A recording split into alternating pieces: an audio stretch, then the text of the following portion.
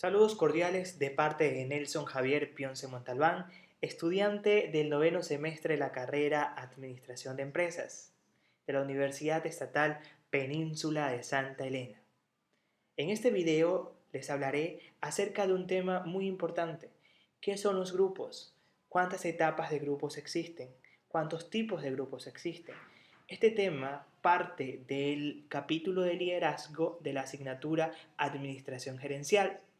Esta asignatura es una cátedra dada por la ingeniera Gioconda Ronquillo, que de antemano le mando un saludo fraterno. ¿Qué son los grupos? Dentro de toda la organización se trabaja en grupos, entendiendo por grupos una colectividad de dos o más individuos interdependientes que interactúan y se reúnen para alcanzar objetivos particulares. ¿Cuáles son estos objetivos particulares? Estos objetivos particulares pueden ser por una necesidad en común. Los miembros de un grupo buscan desafíos similares.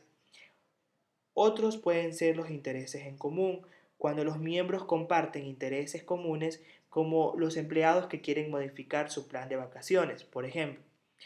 Las metas en común se unen para alcanzar metas en común como las metas organizacionales de un departamento. La proximidad física. Esto hace que los empleados que trabajan en el mismo departamento o el mismo tipo de trabajo compartan con frecuencia actividades sociales. Y las similitudes culturales, que es una de las características fundamentales, porque la gente se integra a un grupo por compartir la misma cultura y la misma nacionalidad. Existen tipos de grupos y estos tipos de grupos se clasifican en grupos formales e informales. ¿Qué son los grupos formales? Por grupos formales nos referimos a los que definen la estructura de la organización con asignaciones determinadas de trabajo que fijan tareas.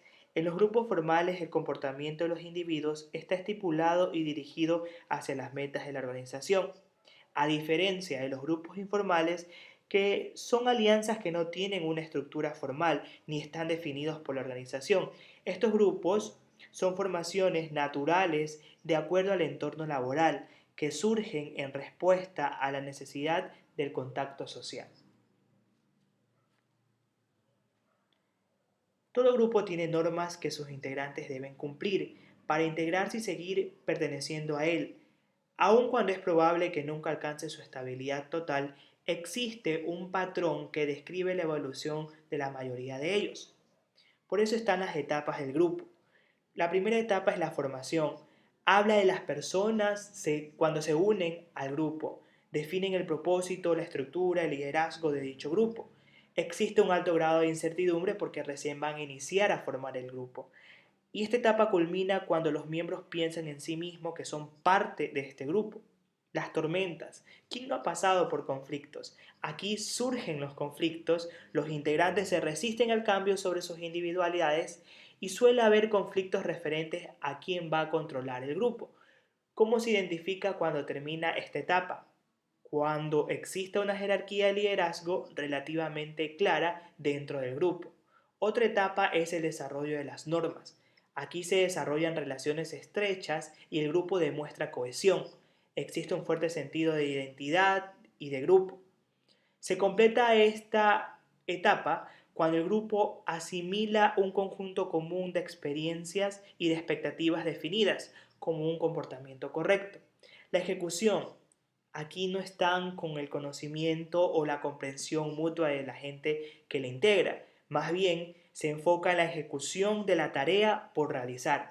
Y la clausura comúnmente se lo ve en los grupos temporales, que se refiere a la correcta terminación de las actividades. Otro tema muy importante dentro de los grupos es el tamaño del grupo. La evidencia indica que los grupos pequeños terminan sus tareas con mayor rapidez que los grupos grandes. Sin embargo, hay grupos grandes que resolucionan problemas grandes y consiguen sistemáticamente mejores resultados que los del menor tamaño. Los grupos de 7 miembros aproximadamente tienden a ser más efectivos para instrumentar acciones específicas. ¿Qué es la cohesión?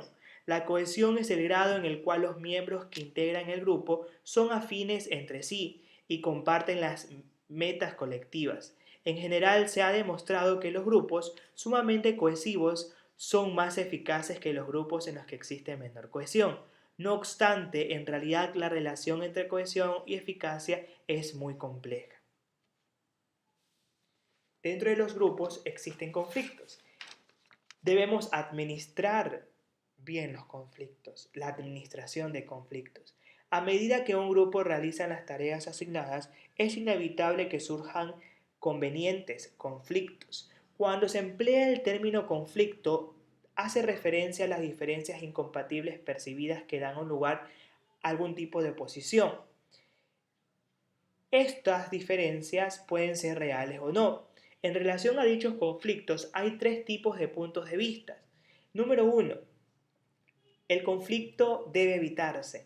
Ese es el punto de vista tradicional, es decir, las personas prefieren no meterse en conflicto porque piensan que pierden el tiempo y se desenfocan del objetivo por el cual se reunieron.